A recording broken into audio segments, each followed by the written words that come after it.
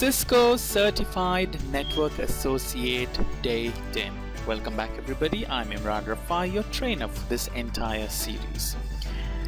Today we would be dealing with the switch port modes and different functions of a switch.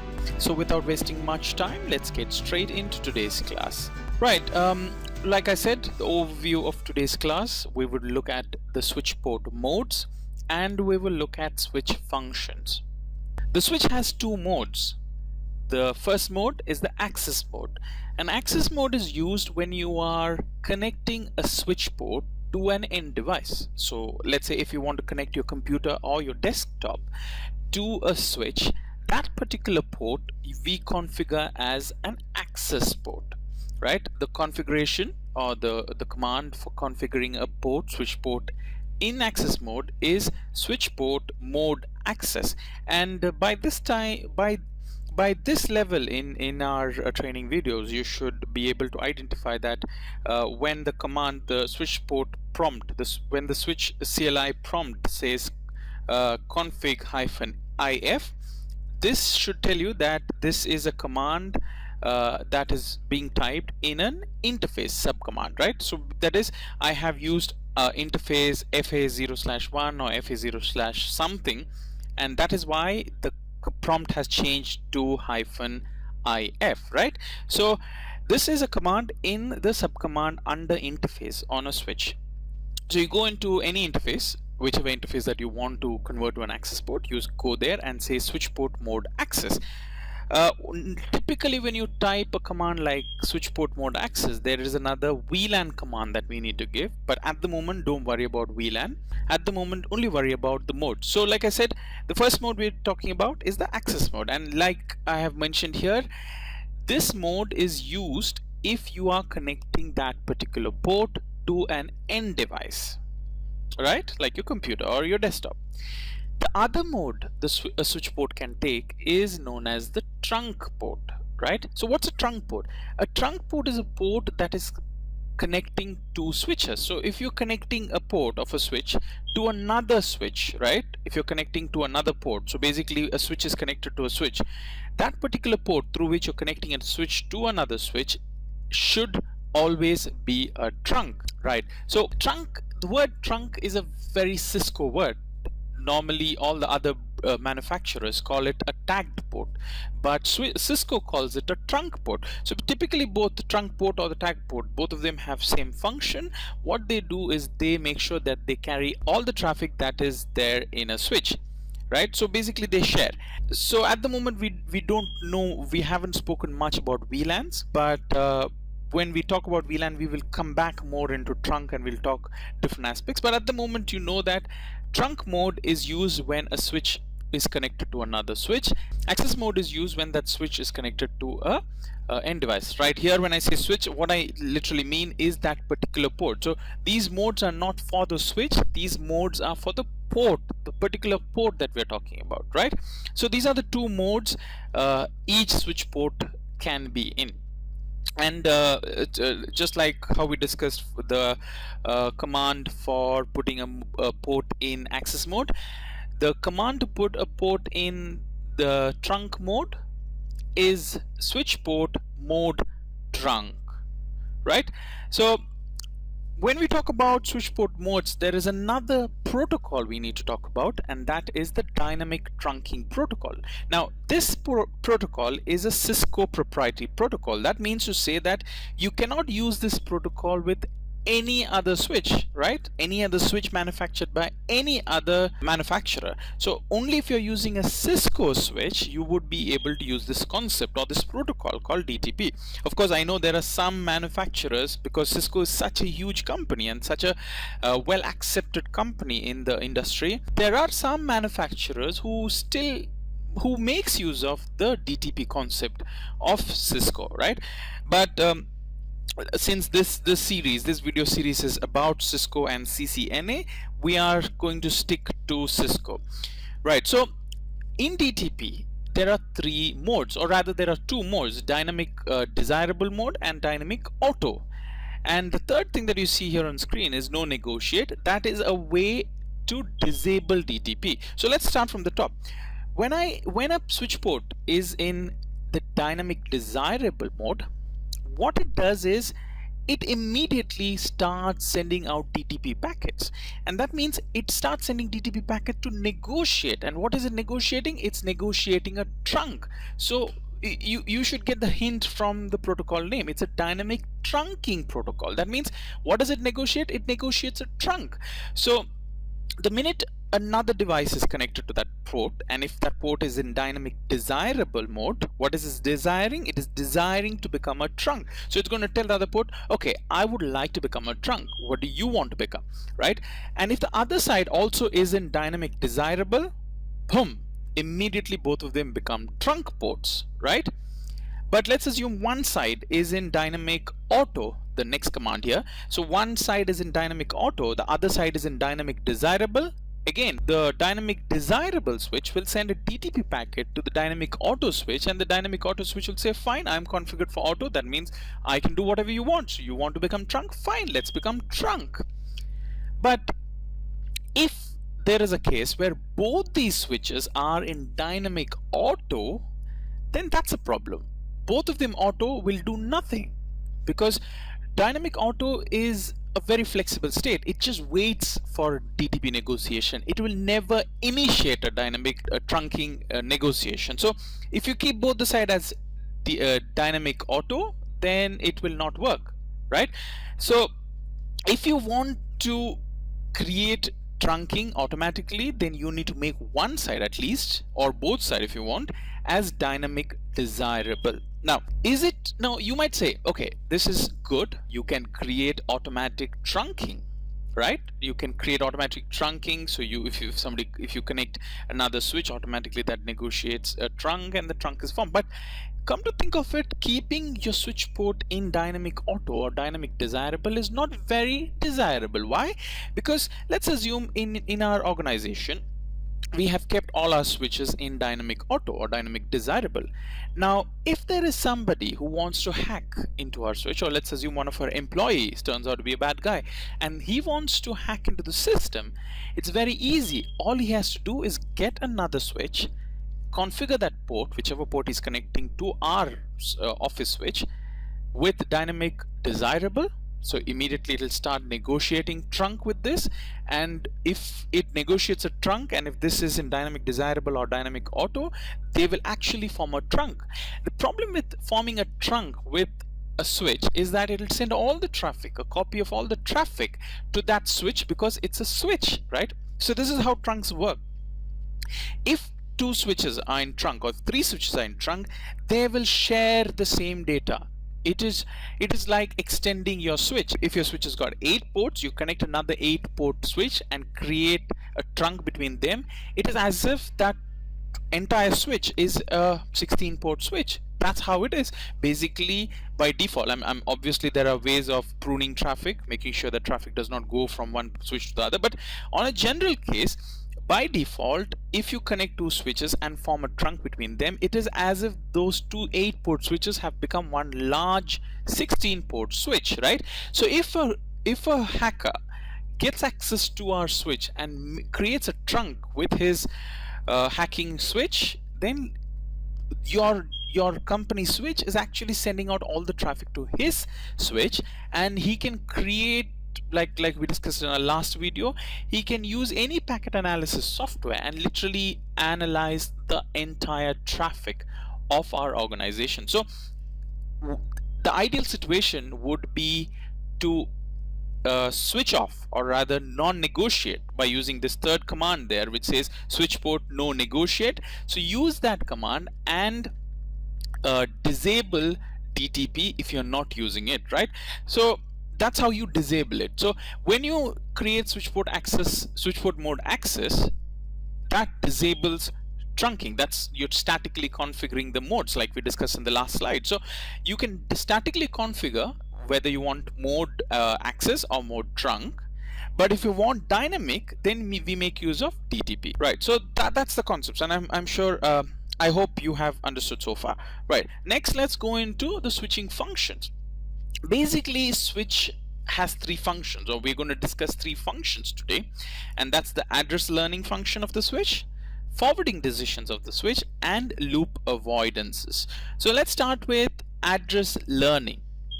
How does a switch learn addresses? Now, we have discussed this many times in our previous videos, but let me, because we're talking about switching here, let me talk about how switches learn address once again. Now, like I told you in one of my old video, when a switch comes on, within 30 to 40 seconds, all the devices connected to that switch literally starts chatting. Now that's what computers are for. Computers love chatting. Computers send broadcasts every time. They keep sending, they keep talking, right? So it says, hey, this is my MAC address, and they keep sending broadcasts. So let's say there are 5 devices. When the first device sends, my source address is this, he sends broadcasts, different broadcasts. Might be ARP broadcast, it might be your different services that's running on your operating system. Those try to communicate with the network, and every time that device communicates with the switch, it has to send its source MAC address. So if the switch gets, let's say, from the first device that's connected to port 1, if it gets a broadcast message, it reads the source MAC address of that device, and it says, okay, my port 1 is connected to this MAC address, right? So it creates an entry in its MAC address table, or the CAM table, right? At the same time, maybe second device, third device, fourth device, fifth device, all these devices start sending broadcasts, and every time it sends a broadcast, it immediately picks the source MAC address and creates an entry in the MAC table. Now, if one of those devices wants to communicate with another MAC address, it sends a packet, and the switch looks at the destination MAC address, and it looks at the CAM table. It knows that that particular MAC address is sitting on one of those ports, so it can immediately make a switching decision. So that's how the address learning process is. Now, we spoke about forwarding decisions, so let's look at it a little more. There are 2 types of switching forwarding decisions that a layer 2 switch makes. It can use the cut through switching, or it can use store and forward switching. Now, what's the difference between these? Let's assume one device wants to communicate with another device. So what it says, okay, this is my destination MAC address, this is my source MAC address, and all the other information that follows, right? In cut through switching, when the switch receives a frame, it immediately looks at the destination MAC address. So it just waits for the first few bytes of information, by which time it has all the information it needs, that is the destination MAC address, and it immediately starts sending that frame out on that interface. So it doesn't wait to receive the entire frame. As soon as it receives the destination MAC address detail, it starts forwarding whatever information it gets to that destination port, right? That is how cut through works. Now let's look at store and forward. What store and forward does is, the switch waits until it receives the entire frame. So it gets the entire frame, it runs through a error detection, it checks if there are any errors that were induced during transmission. If nothing, it will start forwarding out the destination port. Now, some people might say, okay, cut through is good, and some might say, no, we need error detection, so store and forward is good. But like I said, there's no right answer. Either of them can be right depending on your situation. Do you want faster services? Do you want the switch to work faster? Then you would go with cut through. Do you want more reliable switching? Then maybe you would go with store and forward, right? But these are the 2 different switching methods the switch layer 2 switches implement. Next, we'll look at loop avoidance. Now, what is loop avoidance? If you remember from my old video, I said that when a switch receives broadcast, what it does is it takes that and it sends out in all the ports. So let me take a pen. Let me try to show it in writing. Okay, so this is a switch, okay, and this is a switch, right? I don't have my pen today, so I'll have to make use of mouse. This is a switch, so when you see 2 arrows like this drawn on any logical diagram, you need to know that's a switch, right? So that's a switch. Let me change the color. Right, so normally you would connect one switch to another switch, and this becomes what? Yes, it's a trunk. You're good, you're learning very fast. Okay, so you connect 2 switches, using a trunk. So now this is your trunk. But as your network grows, you wouldn't want to just have one wire. You might say, okay, we might have a disconnection sometimes. So instead of doing the whole wiring, maybe these two switches are in two different flows. So instead of keeping one wire and just waiting for that to disconnect or get cut or go faulty, and it's a big headache to rewire, especially if it's in two different flows. So what you normally do is you would keep two wires or three wires, some backup wires, right? So this is like a backup wire. So again, because it's connecting two switches, it's a trunk port. So you would say, of course, we can disconnect this and keep unless this goes faulty, and then when it goes faulty, you can connect these. Of course, you can do that, no problem. But ideally, I'm sure almost all network administrators would want the wires connected. They don't want to have that headache of tracing those cables and plugging it again. So we would connect these two cables. So the problem is when you connect these two cables, and if you connect two devices, switches, with two cables, what happens is, if there is, let's say there's one device here, right? This is computer, and if this computer sends a broadcast, right? It sends a broadcast. Now what does a broadcast do? According to what we know, when the switch receives a broadcast, it will send that traffic out on all the switch ports. That means it will send that traffic here, and it will send that traffic here, right? So it'll go here, it'll go here. Now when this device gets this broadcast, it will take that and it will send it out on this port, right? It's a broadcast. That switch doesn't know that that broadcast is coming from the same switch, right? But for that switch, it is another port, so it's going to send it out here. And the traffic coming from this port, the switch is going to take that and says, okay, you need to go out on this port, right? The same thing happens here. It comes all the way here. This switch is going to think, okay, that's another broadcast, I'm going to put it on this port, and whatever traffic, this traffic coming through this port, this switch is going to take and put it back here, and this process will continue. It'll go around and round and round and round and round, and this process is known as the layer 2 loop.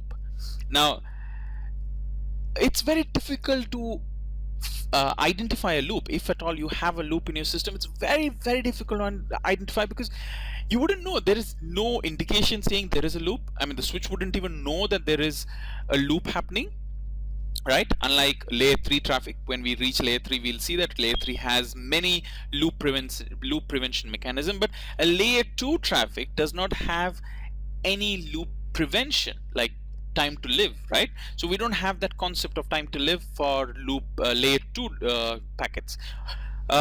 So how to solve this problem, right? One intelligent lady wrote this protocol known as spanning tree protocol. You could learn a little bit more about spanning tree protocol if you want by doing a Wikipedia search, but just to understand the concept of spanning tree. And like I said, we will come back to spanning tree a little later in the series, but at the moment I just want to introduce you all to this concept. So what is spanning tree protocol? Spanning tree protocol is a protocol that identifies if there are redundant links. So if it sees that, okay, there are two links connecting to the same switch, right? These two switch, same switch, and two links connecting to that, it knows that a loop will be formed. So immediately it does what it has to do. We will discuss that in a later part of this video when we discuss spanning tree in depth, right? I promise you we will come back to it. But for now, it has its own protocol. It uses its own rules.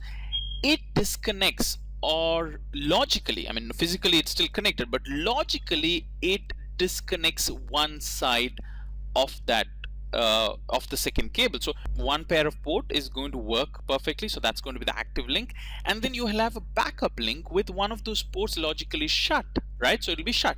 Now what happens if for some unforeseen reason this cable gets disconnected, right? Immediately STP will know that this link has stopped working.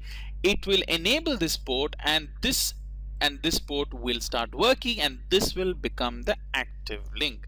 This is spanning tree protocol for you in very, very short form. So basically, to summarize, spanning tree protocol is a mechanism to disconnect a backup line. So that's how this tree is. I mean, I think about spanning tree protocol like that. It's just like a tree falling on the road and this road is disconnected, right?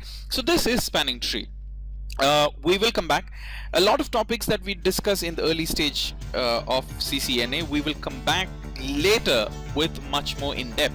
So this is what I keep telling my students: don't worry if you don't understand too many things, because it's like building the structure. If you're building a tall building, you don't start building from ground up. You don't paint the walls on the ground floors and then start building. You just build the frame, the structure first, from, let's say, floor 0, from your ground floor till maybe, if it's a 50-story building, you build the frame for 50 stories and then you start putting the walls for that building, right? So most of the things we would be just brushing through now, right? So once we do the brush up, we will come back and construct the walls, right? So at the end of the series, maybe 40 videos or 45 videos or 50 videos, I don't know. I'm just doing, when I think there is a good topic that I need to add, I'll keep adding. So when we finish this entire series, trust me, you will have all the knowledge for your CCNA, and trust me, you will have much more knowledge than what is required for your CCNA. So that's my promise. All you have to do is stick around and you will learn, right? So I think that's all that we wanted to discuss in today's video. Thank you so much for watching. Don't forget to like our Facebook page, and don't forget to subscribe to our YouTube page. And if you want, like I said, if you go out to our Facebook page, you will see that we need more likes. We need people to share our videos. We need people to like our page, invite your friends. And I'm going to set milestones now. If you go to our Facebook page, you will see I am setting milestones. So if you help us reach a certain number of likes, we will put the next video, and you will see the milestones there. So it becomes very easy. If you want the next video, quickly go invite your friends, share that, get the likes up, and automatically new videos will come. So 50 videos can take 50 years I don't know, or maybe it can take 5 months, or maybe it can take 5 weeks. It all depends on how you guys support us, how you guys subscribe to our channel, and how you guys share our Facebook page. So start liking, start sharing, and share the love. Thank you so much for all the love and affection. Bye bye.